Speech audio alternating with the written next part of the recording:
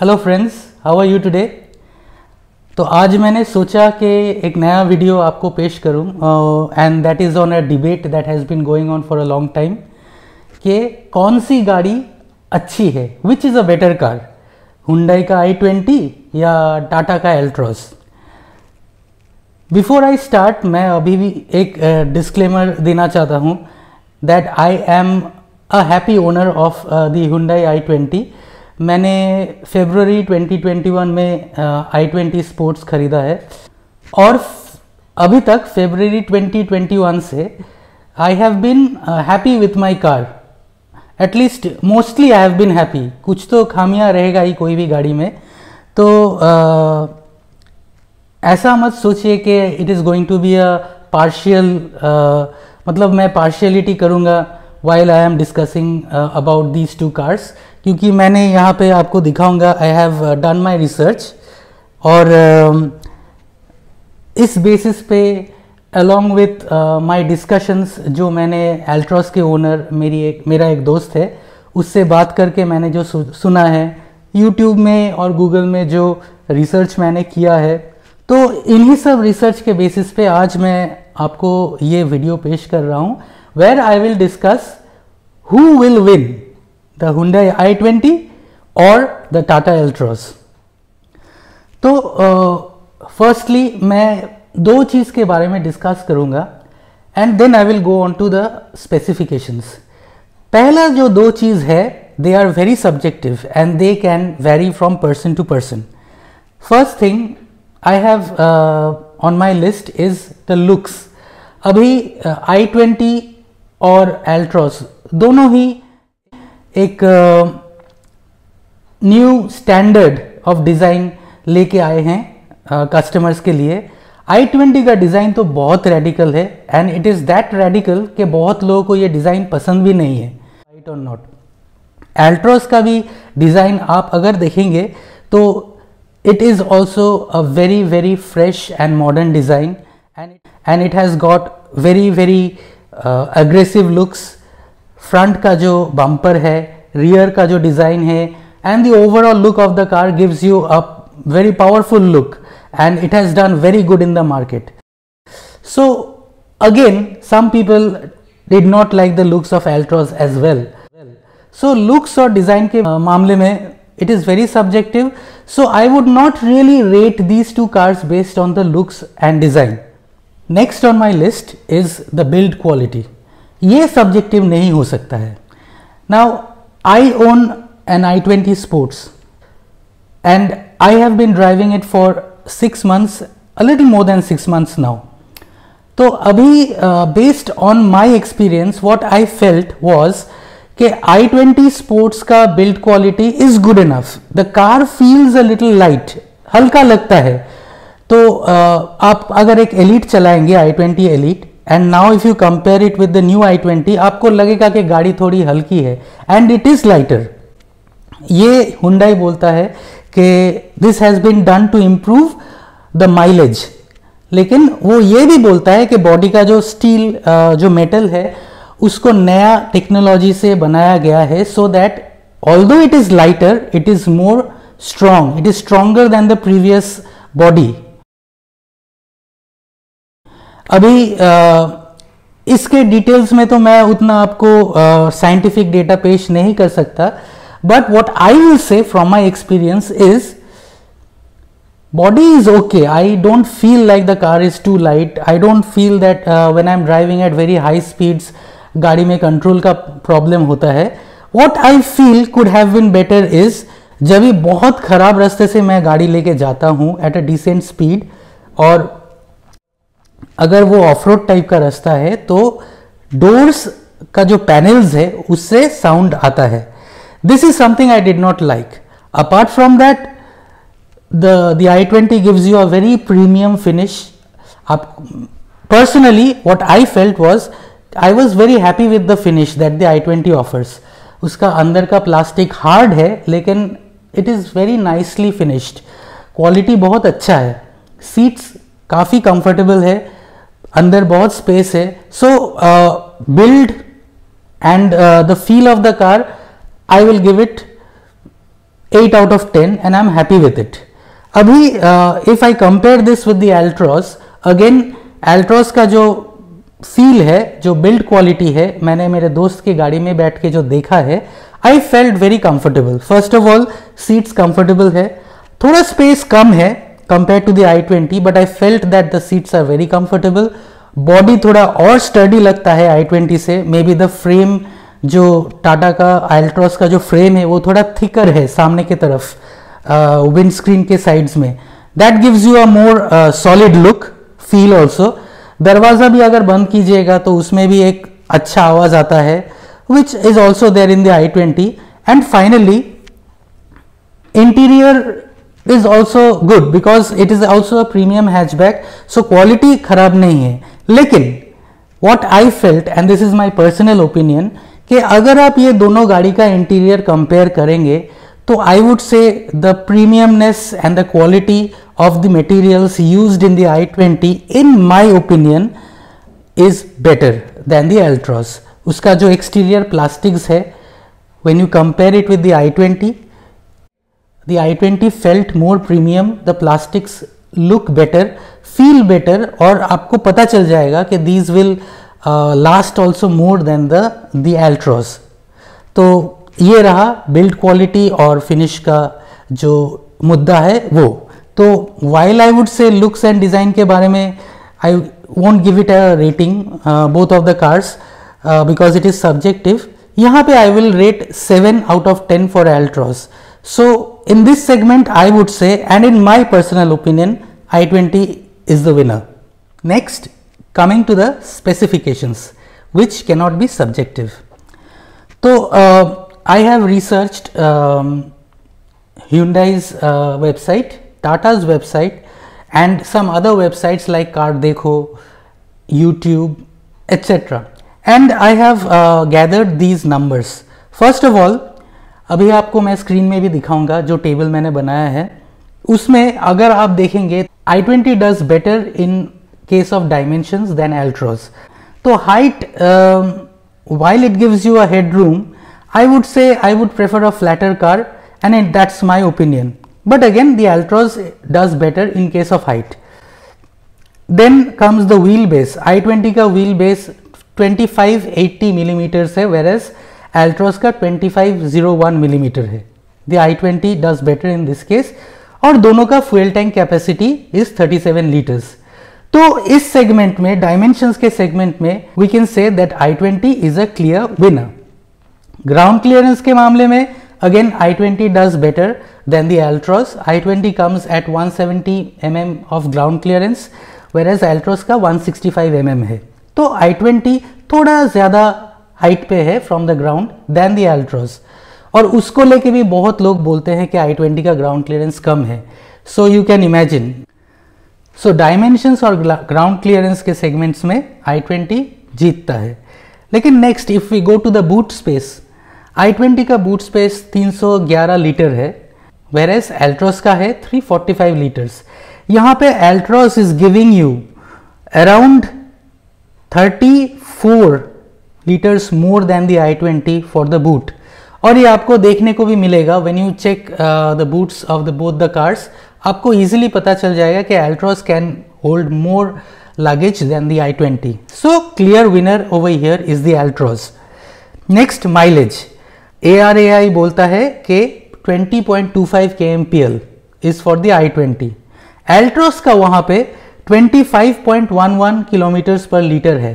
So this is again the ARAI rating, but we all know that ARAI does not give the exact mileage that you will likely get on the road in natural conditions.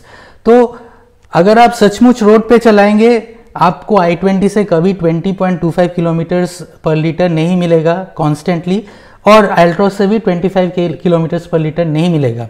But you can get a comparison over here.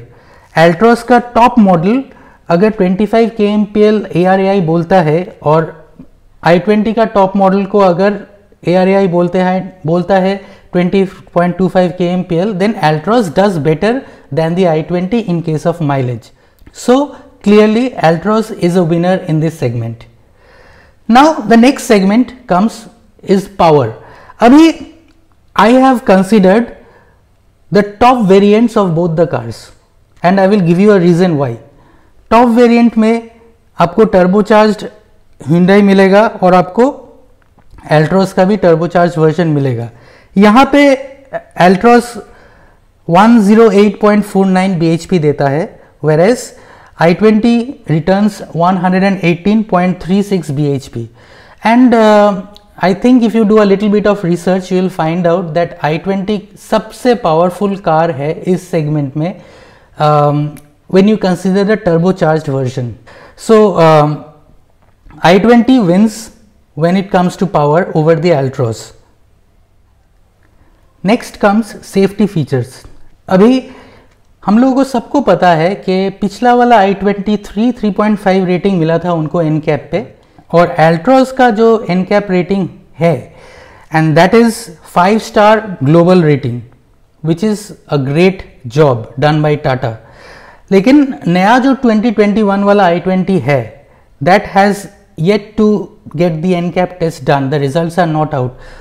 If you consider the other safety features offered in the i20 like the material they have used this time, वो ज़्यादा बेहतर है compare to the previous i20.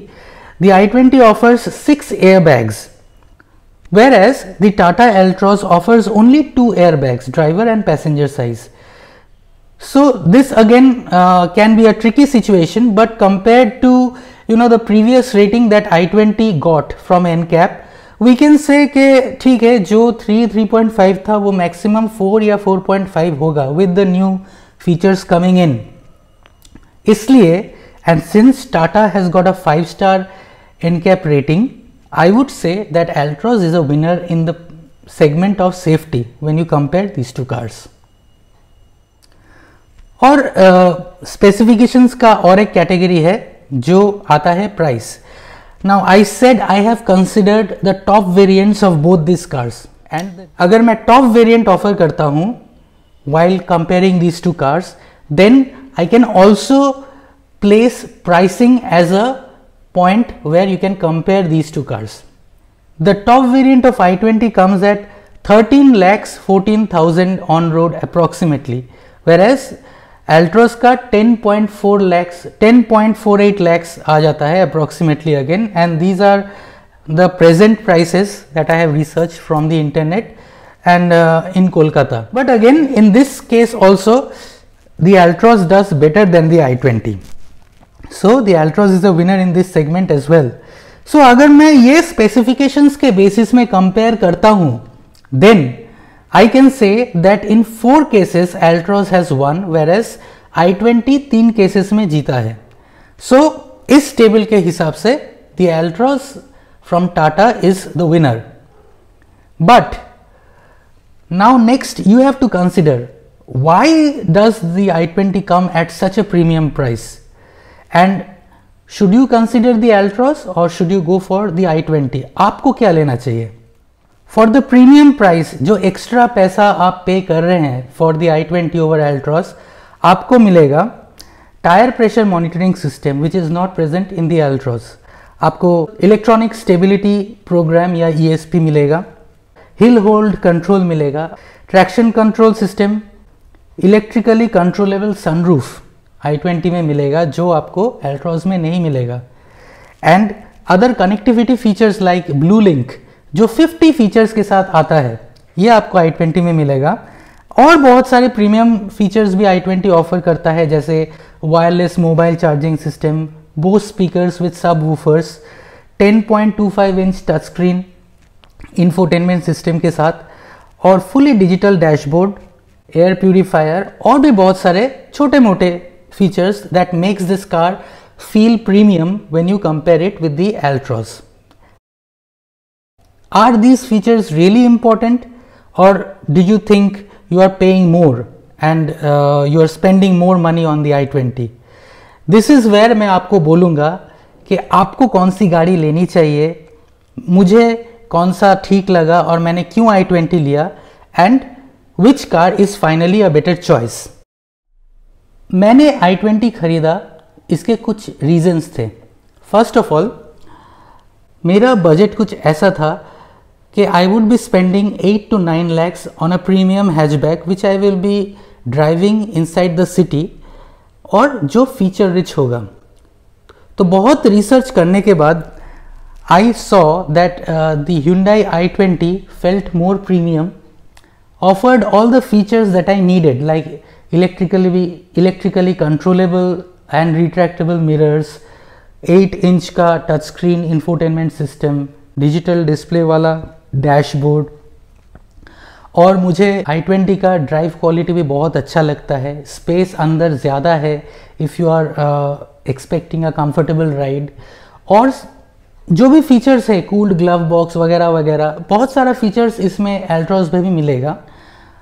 But ये सब चीज़ मुझे चाहिए था, and I know that the 1.2 liter Kappa engine feels much better than the engine that has been used in Altroz. So ये भी एक रीज़न था। So मेरे को Hyundai पे एक बिलीफ, एक ट्रस्ट था, और अगर मैं Altroz पे जाता तो जो कार मुझे मिलता 8.45 lakhs में, it would have been a more premium version than the sports version. Now it depends on you what you want. अगर आपको बजट में एक अच्छी गाड़ी चाहिए जिसमें वो सारे फीचर्स है जो आपको डेली यूज़ करना है, then Altroz is a better option than the i20। अगर आपको एक ऐसी गाड़ी चाहिए जिसका safety rating better than the i20 है, then it is an Altroz। It has got the best NCAP rating so far in this category. अगर आपको ऐसा महसूस होना है कि थोड़ा इंजन का पावर ज़्यादा है, and you don't want to pay that premium price that you might be paying for an i20 turbo version, then it is an Altroz that you have to go for. अगर आपको i20 का looks पसंद नहीं है, बहुत सारे लोगों को i20 का रियर लुक पसंद नहीं है, तो अगर आपको रियर वाला लुक पसंद नहीं है या कुछ भी स्टाइलिंग वगैरह आपको i20 का पसंद नहीं है, then Altroz offers you a totally different look, and if you like it, if you like that aggression in that look, then you should go for an Altroz. तो I really cannot say which car wins. Specifications के table में Altroz won, लेकिन features और premiumness के table में या segment में again the i20 is definitely a better winner. आपका drive quality if you consider, then i20 it's much smoother than the Altroz. The drive feedback within the city and on highways is better than the Altroz. So again here i20 is a winner. So आपको consider करना है कि आपको क्या चाहिए। मेरे हिसाब से आपको अगर सही में if you are confused with Altroz and i20, जो मुझे भी हुआ था, I divided the page into different columns, और मैंने सबका एडवांटेज और डिसएडवांटेज बाजू में लिखा है, एंड आई कंपेयर्ड। उसके बाद आप डिसाइड कीजिए आपको कौन सी गाड़ी लॉजिकली ज़्यादा अच्छा चॉइस इसमें लगता है। You can go for that car if you want to follow logic. लेकिन अगर लॉजिक के बाद भी आपको लगता है कि नहीं भाई, लॉजिकली ये गाड़ी तो अच्छा लग रहा है लेकिन I want to go for that car, then listen to your heart, because that is the car you would love and that is the one you should buy. This has become a very long video, और मेरा final verdict है, both cars are good, both cars are winners, and it is your responsibility finally to choose whom you would consider a winner, and you should go for that car. मैं अभी तक i20 को लेके खुश हूँ। If I am given another opportunity, I would definitely go for the i20 again because I have my reasons, and definitely you would have your reasons. So when you select the car, I wish you all the best.